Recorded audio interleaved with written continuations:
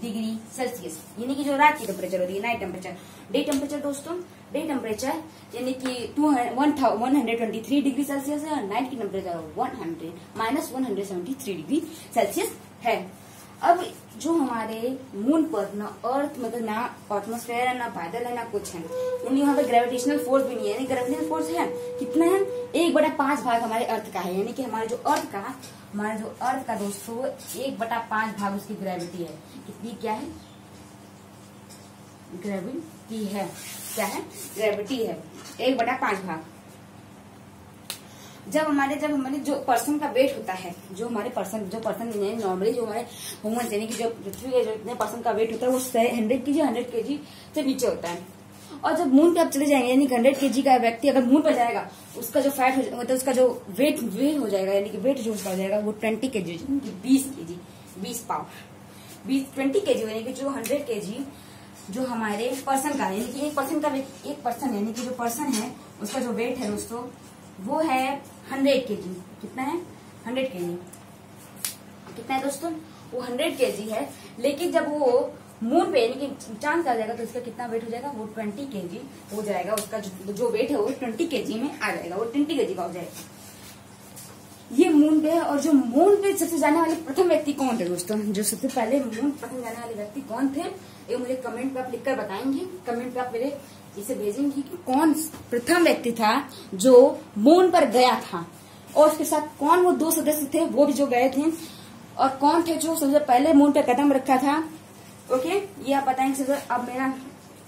अब जो मून की और एक बात करते हैं, जो मून है दोस्तों हमारा, वो उसके पास खुद की लाइट नहीं रहती, वो लाइट रिफ्लेक्ट, यानी कि वो लाइट किसी से एब्जॉर्ब ही नहीं करता है, लेकिन वो रिफ्लेक्ट करता है। कैसे कि जो इस सन की रेजर्स है, जो सन की रेजर्स हैं, वो सन की रेजर्स को रिफ्लेक्ट करता है। सन की रेजर्स चमकता, हमें लगता है कि रात में चांदनी दिख रही है।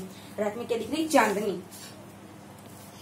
और दोस्तों जो हम हैं, हमेशा जो चांद दिखाई देता है दोस्तों, अगर हम अपने अर्थ से अगर देखें, हम अगर से देखें, अगर हम अपने अर्थ से देखें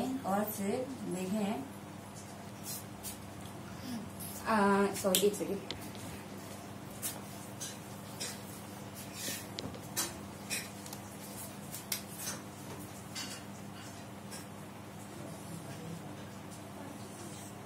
अगर हम अपने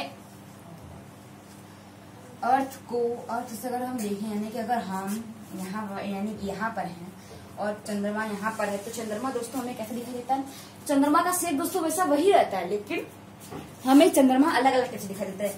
कहीं हमें पूरा दिखाई देता है, कहीं से पूरा दिखाई देता है, कहीं से सिर्फ हाफ दिखाई देता है, और कहीं से सिर्फ इतना दिखाई देता है, कहीं पर कुछ हाफ यानी कि इससे फिर उसका कुछ उससे थोड़ा ज्यादा, फिर उससे थोड़ा ज्यादा, ऐसे दोस्तों करके हमें कहीं कहीं से दिखाई देता है। यानी कि जैसे हम अगर पूरा चांद उसको पूर्णिमा करते हैं, चांद दिखता ही नहीं किया तो उसको अमावस्या करते हैं। यानी कि जहाँ चांद नहीं दिखता उसे दोस्तों हम क्या करते हैं, अमावस्या करते हैं। क्या करते हैं दोस्तों, उसे हम अमावस्या करते हैं। तो दोस्तों इस टाइप से हमें हमारा जो चांद है वो थोड़े थोड़े अलग अलग शेप का दिखता है। ओके दोस्तों, तो दोस्तों बात करते हैं सैटेलाइट की। तो बात है यानी कि जो हमारा मून है वो हमारा एक नेचुरल सैटेलाइट है, लेकिन जो हमारे अलग अलग यानी कि अपना इंडिया में है, तो हमारे इंडिया ने कितने सैटेलाइट आज तक लॉन्च किए, यानी कि जो हमारा इंडिया है उसने आज तक कितने सैटेलाइट, यानी कि वो उसके पास सबसे पहला दोस्तों सैटेलाइट है इसका, सबसे पहला सैटेलाइट वो है दोस्तों इसका आर्यभट्ट जो इसका दोस्तों है वो एक पहला सैटेलाइट है। कौन सा सैटेलाइट है, आर्यभट्ट। इनको जो आर्यभट्ट है दोस्तों, जो आर्यभट्ट है, आर्यभट्ट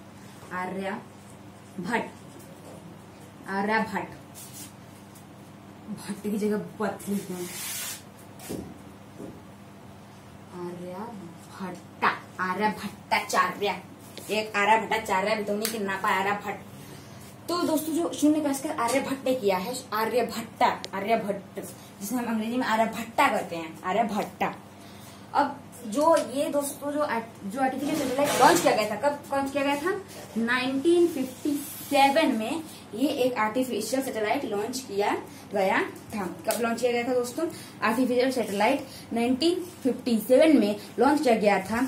उसके बाद काफी सारे बक्सरा 1 बछड़ा 2 रोहिणी, काफी सारे चंद्रयान भी सब निकला जो 2019 के अगस्त में जो चंद्रयान भी एक निकला है, और काफी सारे इसके बाद अनगिनत यानी कि कुछ बहुत सारे इम्पोर्टेंस। यानी सबसे पहला इसे आर्यभट्ट कहेंगे, और जो इस वक्त का जो इस 2019 यानी कि जो अगले हमारे इस साल पहले जो उससे पहले 2019 में जो सैटेलाइट गया था चंद्रयान 2, चंद्रयान 2,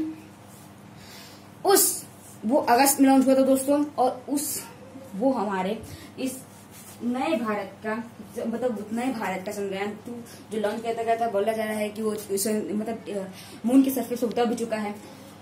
ये जो काफी सारे दोस्तों सैटेलाइट्स हैं जो काफी सारे लॉन्च हुए हैं हमारे मून का, मतलब हमारे अर्थ का एक ही सैटेलाइट है, अदर सैटेलाइट मून है। काफी सारे आर्टिफिशियल सैटेलाइट जो भेजता है, और आर्टिफिशियल सैटेलाइट के कारण ही आप मोबाइल से बात भी कर सकते हैं, नेट यूज करते हैं। ये सब आपकी उसी से होता है, यानी कि आर्टिफिशियल सैटेलाइट से। यानी कि आर्टिफिशियल सैटेलाइट काफी जरूरी है, यानी कि घुसपैठ कोई देश में कर रहा है तो उसके बारे में भी जानकारी देना है। अब बात करते हैं दोस्तों हमारे इस किसकी, अब हम बात करते हैं अपने मार्स की। किसकी अब हम बात करते हैं दोस्तों, हम अपने अब मार्स की बात करते हैं। किसकी?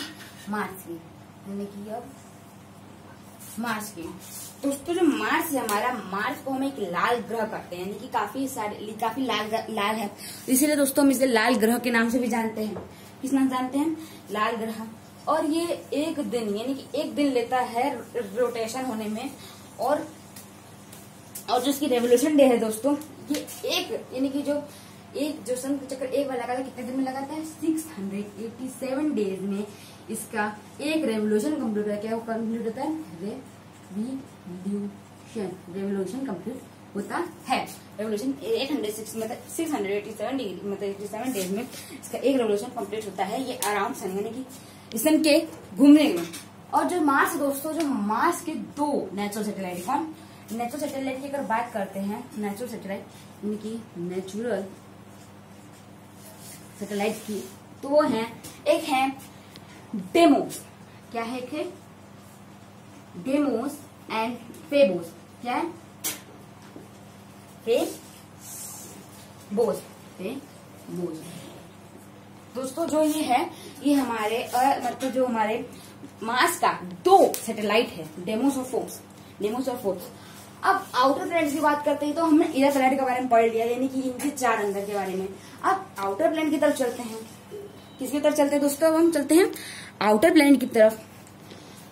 तो आउटर प्लैनेट में जुपिटर है, सैटर्न है, यूरेनस है, नेपच्यून है। तो जुपिटर के बारे में बात करते हैं। जुपिटर को दोस्तों हम सबसे बिगेस्ट ग्रह कहते हैं, यानी कि सबसे बिगेस्ट यानी सबसे बड़ा ग्रह। सबसे बड़ा ग्रह कौन है? जुपिटर। सबसे बड़ा ग्रह जो है वो है जुपिटर। क्या है दोस्तों? वो है जुपिटर। दोस्तों सबसे बड़ा ग्रह है सोलर सिस्टम का, और ये कम से कम इसकी जो रोटेशन यानी कि जो इसका रोटेशन है लेने में, ये अपने एक्सिस पे घूमने पर इसे सिर्फ 9 घंटा और मतलब 9 घंटा यानी कि 9 आवर्स एंड 56 मिनट्स लगते हैं। यानी कुछ घंटों में, यानी कुछ घंटों में ये अपने स्पिन यानी कि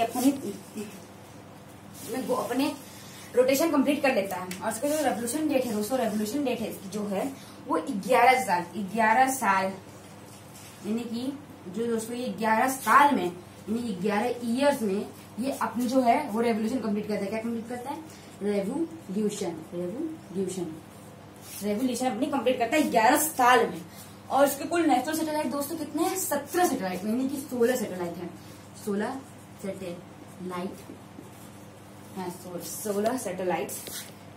सैटेलाइट हैं इसके जुपिटर के। अब हम अपने सैटर्न की बात करते हैं। अब आता है हमारा नेक्स्ट आता है सैटर्न। क्या था दोस्तों? हमारा आता है इसके बाद सैटर्न।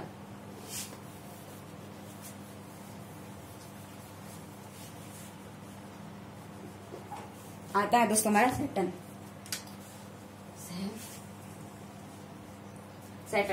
तो सैटर्न जो है वो सेकंड लार्जेस्ट प्लैनेट है हमारे सोलर सिस्टम का, और इसको कम से कम 10 घंटा और अपने रोटेशन कंप्लीट करने में जो दोस्तों है रोटेशन कंप्लीट करने में इसको 10 घंटा यानी कि 10 आवर्स आवर्स और 40 मिनट्स, यानी कि 40 मिनट्स लगते हैं इसको अपने रोटेशन कंप्लीट करने में। अपना रोटेशन कंप्लीट करने में इसको कम से कम 10 घंटा यानी कि 10 आवर्स 40 मिनट्स लगते हैं अपने रोटेशन कंप्लीट करने में। और उसके रेवोल्यूशन डेट यानी कि जो रेवोल्यूट करता है, रेवोल्यूशन डेट उसकी है 29 ईयर। एक 29 ईयर्स ये एक बार सर के चक्कर लगाता है 29 ईयर्स में एक बार चक्कर लगाता है। 29 ईयर्स और 5 मंथ, 29 ईयर और 5 मंथ में इतने एक चक्कर काटता है।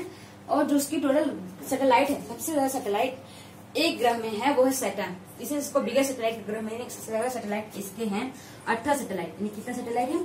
18 सैटेलाइट्स हैं, 18 सैटेलाइट हैं। और अब आता है दोस्तों हमारा यूरेनस। क्या आता है दोस्तों हमारा? यूरेनस। अब यूरेनस की बात करें तो यूरेनस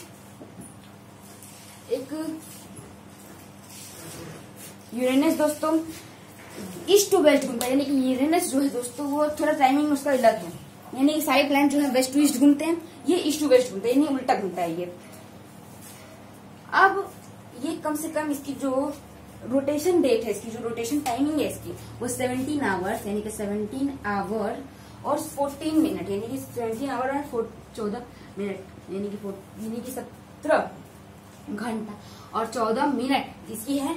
और इसकी जो रेवोल्यूशन डेट है दोस्तों, यानी कि जो रेवोल्यूशन डेट है इसकी, वो रेवोल्यूशन डेट है इसकी दोस्तों कम से कम, यानी कि रेवोल्यूशन डेट है दोस्तों इसकी 84 ईयर्स। कितनी ईयर? 84 ईयर्स। और इसके कितने सैटेलाइट है? इसके 17 सैटेलाइट है, 17 सैटेलाइट है। कितने सैटेलाइट है दोस्तों? 17 सैटेलाइट है। और 84 ईयर लगते हैं इसको एक बार सर के चक्कर काटने में। और 17 घंटा 14 मिनट में ये अपने एक्सिस पर यानी कि एक्सिस पर रोटेट करता है।